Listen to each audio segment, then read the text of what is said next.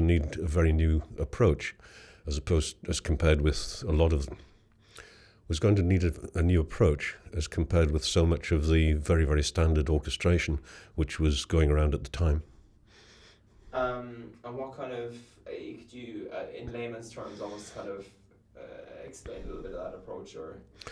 It's to do with the timbres that you use to give the voice a little room, but there are no rules. You just listen to it and imagine a sound and put it in. Sometimes it works, sometimes it doesn't. Um, I definitely think of Small Town Boy as well. It's like countertenor, isn't it? That kind of falsetto. It works exceptionally well. There's no other kind of there's no other way of doing it. Just on that as well. How was he in terms of laying down vocals? Obviously, Mark got it. There was a particular story there where Mark. Was there many retakes or anything like that for Jimmy, or was he a one-take wonder? I don't remember exactly, but it was certainly not a big deal for him to lay down a vocal. It wasn't a sweat or a drudge. And I suppose going back to the kind of the overall sound, it's quite haunting, isn't it? Like, how would you describe Small Town Boy to someone who might not have heard it before? You used the word haunting, and that certainly does describe Small Town Boy, but the secret of it is just the sheer passion, and it transcends being sung by a gay person with two gays backing him. This was the secret of Bronski Beat. They weren't in the ghetto. They weren't keeping themselves aside. They were part of the society, and they were seen to be such, but they just happened to be gay and explicitly gay. And this was a pivotal moment. And on that as well, like, kind of just going back to the kind of the band itself, this is the first kind of, I mean, there have been loads of, obviously you've worked with Mark and Softcell, there have been loads of gay people in bands in the early 80s, but this is the first kind of all gay band. Were you aware of that? Kind of, was that a thing? Of course I was. Yes, everybody was aware of it, and that was part of their mission, their message, if you like. Jumping back to this song, the intro of it, like, can you kind of explain to maybe again, like the listeners, kind of, and me, I suppose, what from the demo to what you kind of turned it into, what needed to be added to it, and specifically for me personally, anyway, 'cause I'm a huge fan of the song. The intro of it just gets you straight away. I mean, it's just, again, it's very evocative emotionally and very, very sad in a way. I suppose the lyrics are more sad than the production, but the production definitely matches kind of to the sadness. Kind of. I don't know what I was asking you realistically. I suppose how would you describe the song essentially? Are you talking about the single or the 12-inch? That's a really good. I suppose it's the single really that I know, and I know because I've heard both. I was listening to both today, and I know exactly what you mean. There is a huge difference because like it starts almost with the vocals straight away in the single. I suppose the single initially, and we want to talk about 12 inches on. So the single. You know what? I'll do the whole lot together because I think it'll segue. The initial deep sound on the 12-inch was actually a synclavier sound. And I didn't have my synclavier over here, but I did make a note of a sound, literally parameter by parameter, that I thought would work. And we got a synclavier in, and it promptly broke down after doing that, so that didn't feature very much. But the one continuous thread through it all is Larry's picking synthesizer, which sounds very evocative on the slow bit, but when it moves into the up-tempo section, for some reason it really translates nicely, and it sets a whole new,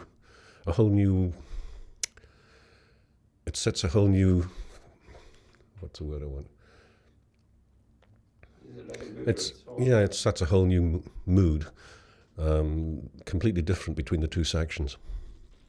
And I suppose you touched on it already, but it kind of goes from that kind of blues, slow, soulful. I suppose is there kind of northern soul to it, kind of aspect to it, or is that completely different? No. Fine. Kind of blues, soulful to this kind of really high energy, and that you've already kind of explained how it kind of goes into the high energy. Do you think that's what struck a chord with such people, that it was still a really high energy dance tune, but it had such sad lyrics? I suppose we could say that a lot of the most popular dance tunes have sad lyrics, but I can't really give you anything constructive on that one. No, it's all right. I just want. Actually, I suppose, in your own kind of words as well, why do you think it struck such a chord with people? The song. Small Town Boy is not small boy. Small Town Boy is sung by gays about a gay experience, but the way it's expressed is universal. It appealed to everybody, and it was inclusive. Excellent. Definitely. I think anyone who's been kind of like segregated or even bullied at all for any particular reason kind of identify with it. Well, Jimmy in particular certainly took the bullying aspect. He was a very tough character, as you can imagine. But I remember him telling me about playing games with the toughs in Glasgow by mincing around and doing all the sorts of things that queers are supposed to do, and then running away as fast as he could. It was a rather bold game. That was his exercise. What was I going to say? Working on the album then as well, were they clear with what they wanted their album to reflect? Obviously, they were very well. Jimmy more so was very political, and the album, even the album title, Asian Consent, was very kind of politically focused album. What was the kind of brief that they gave you? Can you remember? All they did was give me some songs and talk about it. The lyrics were self-explanatory. Beyond that, not really anything. We just settled down and worked together. And again, had you anything like this, that particular album as a whole, because obviously you produced the full album, was there anything that you could compare it to that was out there at the time at all? Or was it kind of... Well, Jimmy always said that if he was in doubt or needed a little inspiration, he'd turn to Sylvester. That's about the only reference point I can think of. For me, there was nothing much like that out there at the time, and that's always been deliberate. For example, after doing Age of Consent, I went on to do Till Tuesday's Voices Carrying, totally different. Whereas I could have produced any number of dance tracks, I just wanted to do something different, and this was certainly different. And they produced it between London and New York? Yes. Was that normally the done thing? Well, we recorded in London because that was convenient for everybody, and all my gear was in New York, and also my favoured recording studio for mixing. So they resisted fiercely having to come over to New York to be with the mixing. Yeah, I can hear the sarcasm in your voice. It's very. I think a few people have mentioned, all right, that Jimmy definitely enjoyed himself in New York. I can imagine any kind of young guy going to New York. When Soft Cell came over, they tore the place apart club-wise, and I thought it can't get livelier than this. And then Bronski Feet came. Love it. Did Jimmy ever take you out in New York, or did you take them out? I was working too hard. No, we spent time with each other, but not so much clubbing. Fair enough. I was so off on the weekend. I would tend to go to see bands. I know, I get you absolutely. I suppose when you're kind of in love with your job, you're pretty much doing it all the time, kind of. The 80s were a time of huge pressure for me, but it was good. I've heard a few people say that, all right, because they didn't get to kind of stop and smell the roses. No. Yeah, because when you're hot, you're in the when you're hot, you're working. I just wanted to make sure I dropped, because we've kind of touched in and out of a few things here. Did you know? Again, I know I've kind of asked you similar questions. Did you know how much of a success that album was going to be? Like, could you feel it when you were producing it? I knew it was a good record. Whether the rest of the world would agree, I don't know. I've always tried to produce something distinctive, and that's reflected in that if it's a hit, it'll go all the way, and it often disappears by the same token. You haven't the faintest idea where it'll go. I suppose it's one of those things you just have to release it, and what happens is what happens. You can only control so much. I could only just make the record, and after that, it's up to the record company. And we'll jump on to their another one of their singles, Why. If you can explain the kind of intro to me and that kind of sound of breaking glass and why that was there. Jimmy wanted the sound of a breaking bottle, so I remember it was a Heineken that he'd emptied, and it was just thrown in the studio into a cupboard, and the crash was perfect.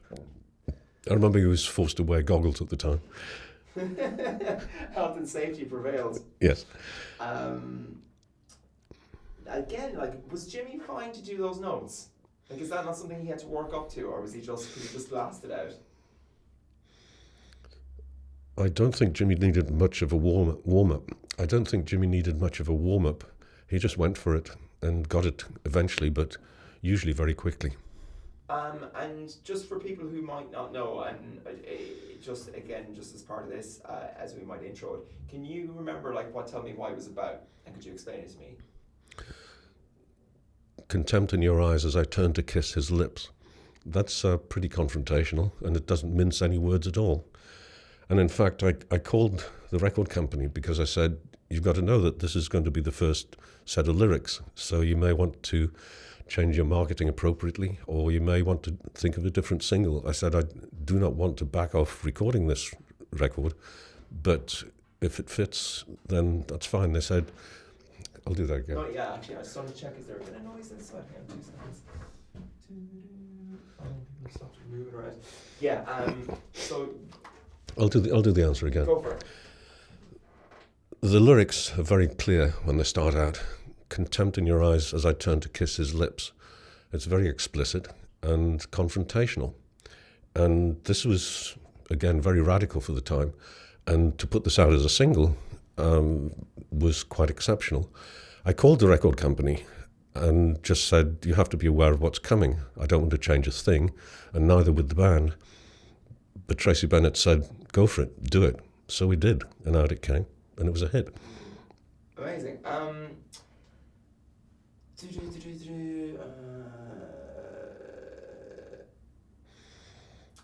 like the synths and stuff, I suppose like there's what makes it, do you think? You know the way like a lot of songs, it just both of those songs, Why and Small Town Boy, and even Tainted Love as well, that's just a credit to you, sir. How do you think, what is it that makes them just, like when I listen to them today, it's so funny, people had to listen to them on record and tape in the 80s, then you had CDs in the 90s and 2000s, and I'm listening to it on Spotify today, and how are they frozen in time? I don't think so much. I don't think they're so much frozen in time as they created their own time. I don't think they're so much frozen in time as that they created their own time. Again, as a producer, it was always my aim to produce something distinctive which reflected the sound of the group and the attitude of the group. And every so often I succeeded, and that's definitely a case. But of course, there was a very distinctive start in Jimmy's voice. And then I suppose moving on to the Communards, Jimmy obviously only stayed with Bronski Beat for that one album. Was there tension in the band when you were recording, or were they best pals? Or I think every good band has a certain tension. Mick and Keith, Roger and Pete. There's always got to be some sort of tension, otherwise it'll just come out wishy-washy. And yes, there was tension. I suppose there was a lot of people who knew what they wanted out of the band, and sometimes that probably wasn't the same thing, and that's probably... It wasn't so much that we discussed what was wanted, it was just somebody would try something and it either sank or swam. Fair enough. And Communards, so Jimmy obviously teams up with Richard, and Richard obviously is a classic instrumentalist? Yes. So can you kind of explain what that dynamic's like, as in when you first met Jimmy with Richard?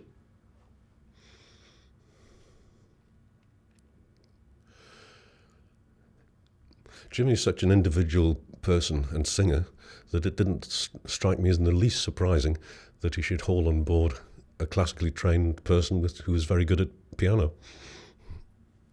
And were they good mates, as in like outside of, did they get on or? Yes, they got along very well indeed. And then how did you see a change in Jimmy? And he's experienced, way more experienced than when you first worked with him. Did you see much of a change in Jimmy's style? The one thing that Jimmy did grow into in the Communards was he got more ambitious vocally, as you can hear from the first album, which has some very accomplished jazz work in it, as well as the standard big dance numbers. He got, yeah, that's it. What was I going to say?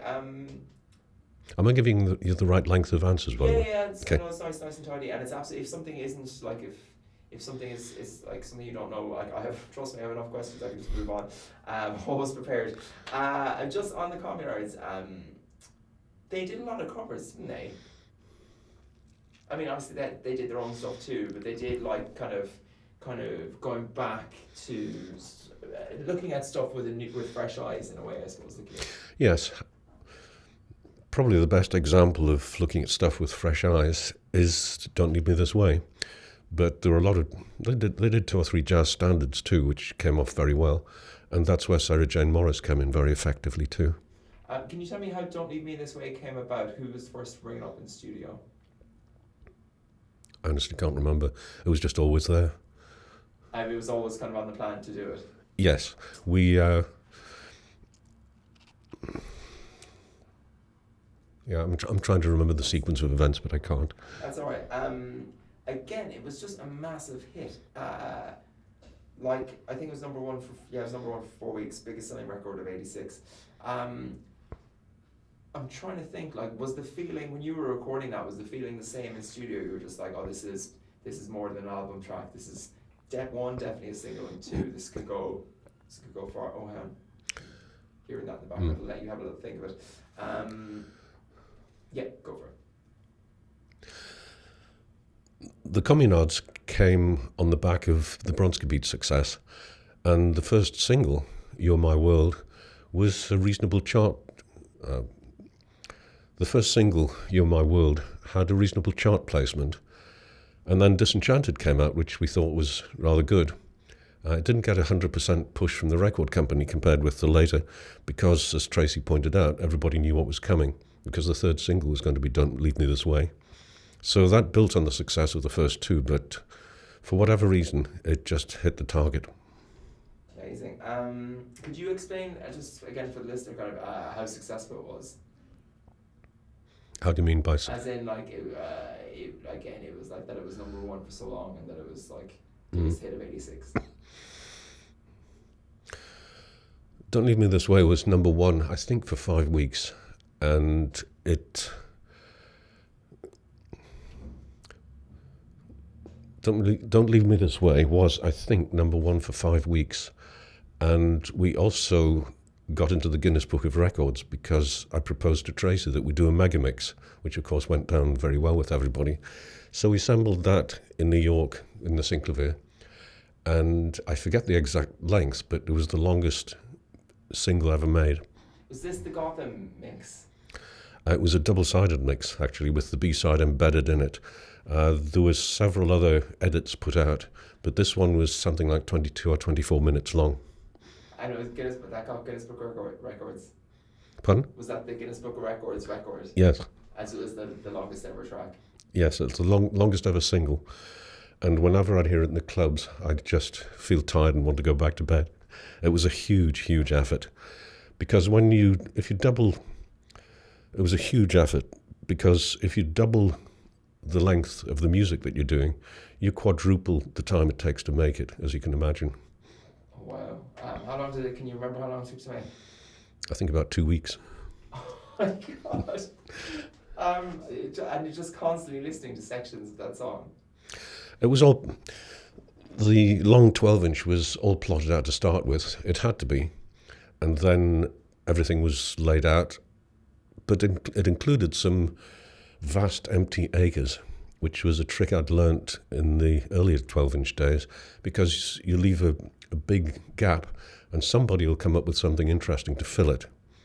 A lot of people used to record the single and then do the 12-inch by extending it.